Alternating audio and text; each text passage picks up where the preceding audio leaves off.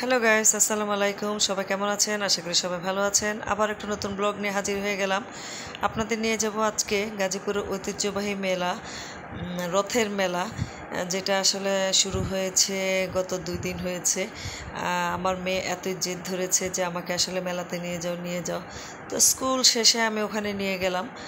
ওখানে নিয়ে যাওয়ার পর ও যে খেলনাটা দেখতেছেন, যে ওখানে খেলার বিভিন্ন ধরনের সরঞ্জাম আছে, চরকি, অনেক কিছু আছে, কিন্তু আমার মেয়ে যেটাতে যে লাফালাফি করা যায় সেটাতেই উঠবে। ও গাড়ি থেকে নামতে জেদ ধরলো যে আম্মু আমাকে ওখানে নিয়ে যাও। আমি সুন্দর করে ওখানে নিয়ে গেলাম। ও একদম টিকিট কাটা শেষ না হতেই ও ওখানে উঠে লাফানো শুরু করলো। কিন্তু একটু খালি টিকিট কাটতে যতদূর দেরি, এক মিনিট পরেই বলতেছে আম্মু আমি আর থাকবো না, অলরেডি আমার টিকিট কাটা শেষ। কিসের জন্য থাকবা না? আম্মু আমার খুব ভয় পায়। পাশেই আরও 2-3টা বাচ্চা ছিল, ওদেরকে আমি বললাম যে একটু নিয়ে যাও। না, কোনোভাবেই সে থাকবে না। অবশেষে লোকটা বলল যে ম্যাডাম টিকিট তো ফেরত দেওয়া যায় না, আপনি একটু ঘুরিয়ে নিয়ে আসেন, তারপর দেখেন আসে কিনা। কে শোনে কার কথা। অবশেষে ওকে নিয়ে চলে আসলাম। আমি এসে ভাবলাম যে স্কুল থেকে এসছি, অনেক ক্লান্ত, অনেক টায়ার্ড, তবে মেলাটা একটু দেখে যাই এবং মেয়েটা একটু ঘুরিয়ে নিয়ে যাই।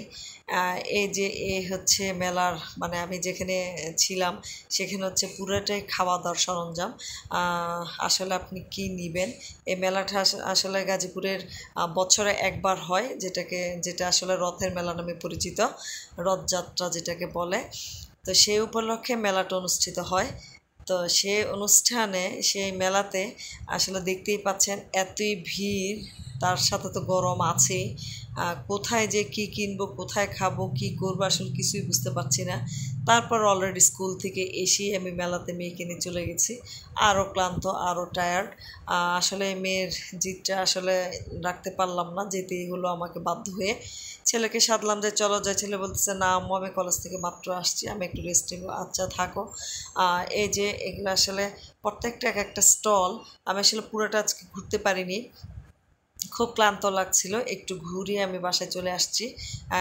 এই যে এটা হচ্ছে পুরাটাই যে স্টিলের, যে আসলে মেলায় এমন একটা জিনিস, এমন একটা জায়গা আর কি, যেটাতে আসলে আনকমন যত কিছু, মানে সব কিছু আপনার একই জায়গায় পাবেন। যেমন মার্কেটে যেমন ঘুরতে হয়, এখানে যেতে ওখানে যেতে হয়, কিন্তু এটা একসাথে মানে একই জায়গায় আমরা অনেক কিছু, মানে আনকমন অনেক কিছু পেতে পারি, মানে একই জায়গার মধ্যে। এটা হচ্ছে মেলার থেকে কিছু কিনার সুবিধা। তো এই যে আমি ঘুরতেছি, আর আসলে ভাবলাম যে একটু ভিডিও করে নিই আপনাদের সাথে একটু শেয়ার করার জন্য।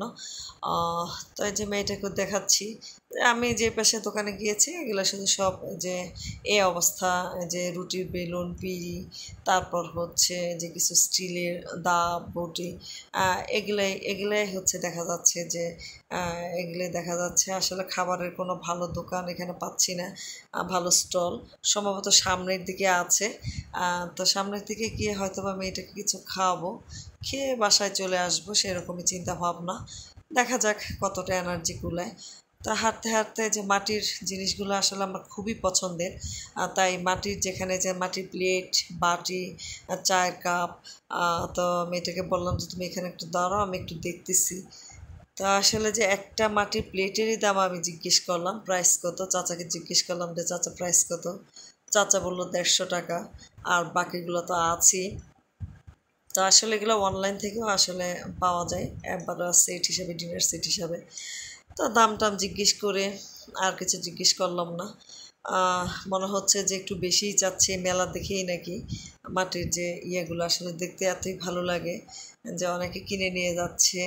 ওখানে আসলে কথা বলার মতো কোনো স্কোপই নেই, বা দামাদামি করার মতো কোনো স্কোপই নেই।